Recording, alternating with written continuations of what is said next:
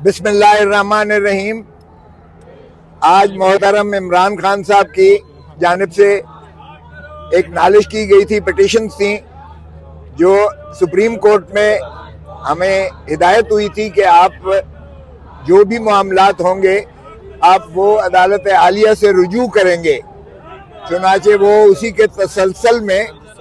हम यहाँ high court में हमने जो है इस्लामाबाद हाई कोर्ट में, जहाँ के तोशाखाना बंद, जिसकी अपील जो है ज़ेर तजवीज़ है, जिसमें हमने सेंटेंस को सस्पेंड करवाया था और जिसमें कन्विक्शन की मुअत्तली के लिए हम सुप्रीम कोर्ट में हमने इस्तदा कर रखी है, जो भी वहाँ समाअत के लिए फिक्स हुई थी। तो यहाँ आज समाअत में हमारे दफ्तर ने एज यूजुअल एतराज़ात लगाए थे हमारी पिटिशन पर। और पहले जब डिवीज़न बेंच जो है इस्लामाबाद हाई कोर्ट की, जब उन्होंने मोहतरम इमरान खान साहब की पिटिशन को टेकअप किया तो उन्होंने मुझसे पूछा, इस्तफसार किया कि क्या एतराज़ात लगे हैं। वो साथ ही उन्होंने ऑफिस के एतराज़ात भी देखना शुरू कर दिए। मैंने कहा जी, इसमें उन्होंने कहा है कि मुसद्दका नकूल जो है फ्रेंड ऑफ द कोर्ट, जो बैरिस्टर सलमान सफदर साहब ने अदालत उज़्मा के चीफ जस्टिस साहब की सरबराही में 2 रुकनी बेंच के हुक्म पर, जो उनको फ्रेंड ऑफ द कोर्ट बनाकर इमरान खान साहब की लिविंग कंडीशन के बारे में उन्हें कहा गया था कि आप जाके मुशाहिदा कीजिएगा अडयाला जेल में, और इमरान खान साहब की लिविंग कंडीशन के बारे में उस हुक्म का जो 24 अगस्त 2023 को 24 अगस्त 2023 का हुक्म जो है उसकी तकमील करवाना सुप्रीम कोर्ट ने जो है वो लाजिम समझा। और ये 3 साल के बाद ये देखिएगा कि हमारी जो है वो इस्तदा पर उस पर अमलदारी शुरुआत हुई। तो अटॉर्नी जनरल साहब को भी ये कहा गया कि आप जो है सुपरिटेंडेंट जेल अडयाला जेल की जानिब से भी आप रिपोर्ट कीजिएगा कि उनकी सेहत के बारे में और उनकी लिविंग कंडीशंस के बारे में जो है, जो जिस तरह के वो अहकामात पहले चीफ जस्टिस की सरबराही में 3 रुकनी बेंच 24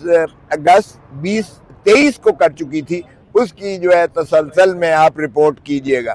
चुनाचे वो ये 10 तारीख को ऑर्डर हुआ और 11 तारीख को उन्होंने जो है मुलाहिजा किया, और 12 मार्च जो है 2023 को ये सुप्रीम कोर्ट की 2 रुकनी बेंच ने उस पर जो है ऑर्डर्स किए और उनका मुआयना उस अंदाज से हुआ। लेकिन जो अमाइकस क्यूराई यानी फ्रेंड ऑफ द कोर्ट की 4 सिफारिशात थी। एक उनकी सिफारिश ये थी कि इनका मुआयना जो है किसी जो है अपना रेटिना स्पेशलिस्ट यानी कोई माहिर इमराज चश्म से जो है इनका मुआयना करवाया जाए, एक बात। और चूंकि पिम्स हॉस्पिटल में माहिर इमराज चश्म रेटिना स्पेशलिस्ट कोई है ही नहीं, जबकि शिफा इंटरनेशनल में वो है ही जो है आंखों का अस्पताल है और जनरल अस्पताल तमाम शोबे हैं, और वहाँ रेटिना स्पेशलिस्ट भी है और बाकी मुकम्मल जो है, चूंकि उन्होंने कहा कि इनकी जो है दांतों की भी तकलीफ है और इनका जो है रेगुलर चेकअप भी जो है वो उसमें भी तसाहल किया जा रहा है। उनकी उम्र के हिसाब से उनका जो है मुआयनाजात बाकायदा रेगुलरली होना चाहिए, ये फ्रेंड ऑफ द कोर्ट ने लिखा था। तो इस की रोशनी में, और दूसरी बात उन्होंने लिखी कि इनके जो अपने ज़ाती मुआलिज हैं, जो शौकत खानम से में हैं, जो डॉक्टर फैसल हैं और डॉक्टर आसिम यूसुफ हैं, उनको साथ मुंसलिक किया जाए। इनके तमाम प्रोसीजर्स के बारे, जो भी इनकी मेडिकल ट्रीटमेंट हो और मेडिकल एग्जामिनेशंस हो, उसमें उन मुआलिज को शरीक और शामिल किया जाए, चूँकि उनके पास सारी इमरान खान साहब की साबका हिस्ट्री और उनका फैमिली हिस्ट्री मौजूद है, और इसीलिए उनको जो है उसके आर्जा जो भी इलाज होगा उसमें उनको जो है यकीनन फैसिलिटेशन मिलेगी। तीसरी बात जो है फ्रेंड ऑफ द कोर्ट ने जो सिफारिश की थी वो ये था कि फैमिली मेंबर्स को एसोसिएट किया जाए, क्योंकि फैमिली मेंबर्स की तसल्ली और तशफ़ी न सिर्फ लाजिम होती है बल्कि मरीज़ की भी, पेशेंट की भी जो है उसमें एक पहलू होता है जिसमें उसकी बीमारी आर्जे की जो है वो यकीनन बेहतरी होती है। सो फैमिली मेंबर्स का भी जो जेल रूल्स में भी मौजूद है उनको भी एसोसिएट करना लाजिम मुतसव्वर किया गया। और चौथा ये था कि ये जो सॉलिटरी कन्फाइनमेंट है और वकला को जो मिलने नहीं दिया जा रहा, ये भी इसकी भी फैसिलिटेशन की जाए। तो फ्रेंड ऑफ द कोर्ट की जो रिपोर्ट होती है ये इसी तरह होती है माइकस की, जिस तरह अदालत की अपनी ऑब्जर्वेशन हो, जाती ऑब्जर्वेशन हो। चूंकि अदालत का वो फरीक नहीं होता किसी फरीक का, वो अदालती एक जो है नुमाइंदे के तौर पर जो सारी ऑब्जर्वेशंस करता है और फाइनल रिकमेंडेशंस उनकी इसी तरह मुतसव्वर होती हैं जिस तरह वो अदालत की ही रिकमेंडेशन हो। तो उसी के बजाय इसके कि उस पर अमलदारी करती है हुकूमत, उन्होंने उल्टा फिर हमारी एक्सक्लूजन करके फिर उन्होंने अपना ही एक डॉक्टर्स का बोर्ड बनाकर फिर जाती उन्होंने जो है मनपसंद के डॉक्टर्स को भेजकर और इनका जो है मुआयना फिर पिम्स में किया। और हमारे मुआलिज जो इमरान खान साहब के जाती मुआलिज थे उनको भी एक्सक्लूड कर दिया,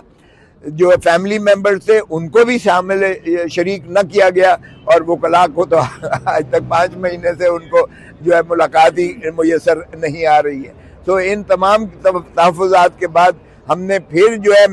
हमने CM दी और सुप्रीम कोर्ट में लगी, जो हमने जाकर चीफ जस्टिस साहब की अदालत में उनसे अर्ज किया कि जनाब हमारी ये शिकायत जो है, नालिश जो है सुन लीजिएगा। तो उन्होंने फरमाया कि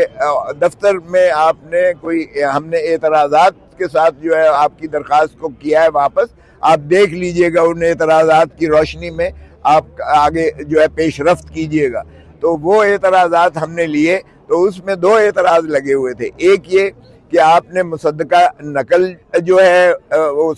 एक ये था कि आपके आखिरी पैरा जो कि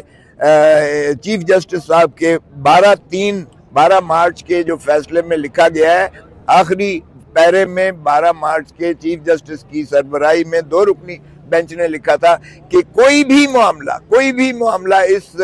तोशाखाना 2 के मुकदमे के बारे में अगर साहिल को यानी इमरान खान पिटिशनर को अगर महसूस होता है तो वो उसकी नालिश जो है वो हाई कोर्ट में जाकर करेंगे जहां उनकी अपील ज़ेर इल्तवा है। एक ये एतराज़ था और दूसरा ये एतराज़ था कि एडवोकेट ऑन रिकॉर्ड के बगैर जो है ये दरख्वास्त की पजीराई नहीं हो सकती है। हालांकि हमने ये लिखा था कि एडवोकेट ऑन रिकॉर्ड अल्लाह को प्यारे हो चुके हैं और हमें चूंकि रसाई इमरान खान साहब के साथ नहीं दी जा रही है, इसलिए हम नया वकालतनामा लेकर एक एडवोकेट ऑन रिकॉर्ड नया जो है वो रखने से कासिर हैं, माने हैं। तो उस वजह से इसलिए खैर उन्होंने कहा कि ठीक है, आप एडवोकेट सुप्रीम कोर्ट हैं, आपकी तरफ से दायर हो चुकी है, लेकिन पहला जो है एतराज़ात की